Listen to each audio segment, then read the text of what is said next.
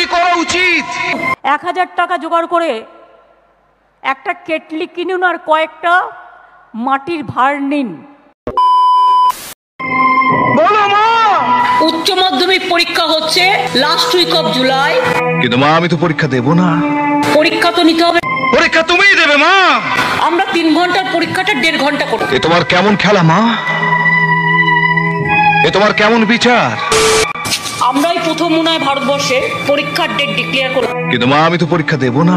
আমায় পরীক্ষা করছো মা? ইন্ডিয়ান মেডিকেল অ্যাসোসিয়েশনকে বলো, ওদের কিছু ডাক্তার আছে যারা প্রাইভেটও প্র্যাকটিস করে, তারা যদি টিম করে করে একটু ব্লকগুলোতে যায়, বিশেষ করে যে ব্লকগুলো বেশি এফেক্টেড। এ অপরাধ তোমার মা,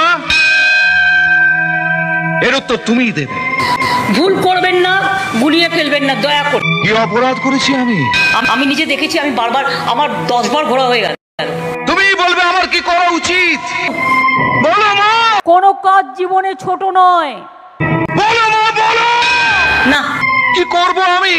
1000 টাকা জোগাড় করে একটা কেটলি কিনুন আর কয়েকটা মাটির ভাঁড় নিন। আগে কেউ প্রবলেম করলে ফার্স্ট তাকে ধরবে, ধরে যা যা অ্যাকশন নেবে, তারপর আমাকে বলবে। বাবা সুন্দর সুন্দর। ম্যাডাম আমি আপনাকে যত দেখছি তত অবাক হয়ে যাচ্ছি। আমি জানি চশমাটা ছাড়া আপনার খুব অসুবিধা হচ্ছে, কিন্তু আমি নিরুপায়। আগের বারে যে বড় বড় ভাষণ দিল কি হলো? ম্যাডাম আমার দুটো নাম, একটা ওই কাগজে যে নামে লিখি সত্যবান, ওই মায়ের দেয়া মোটা কাপড় মাথায় তুলে কি বলছেন আমি কিছুই বুঝতে পারছি না। তার কারণ হচ্ছে এটা তোমরা করতে করতে টাইম নিচ্ছ, কবে শেষ করার কথা?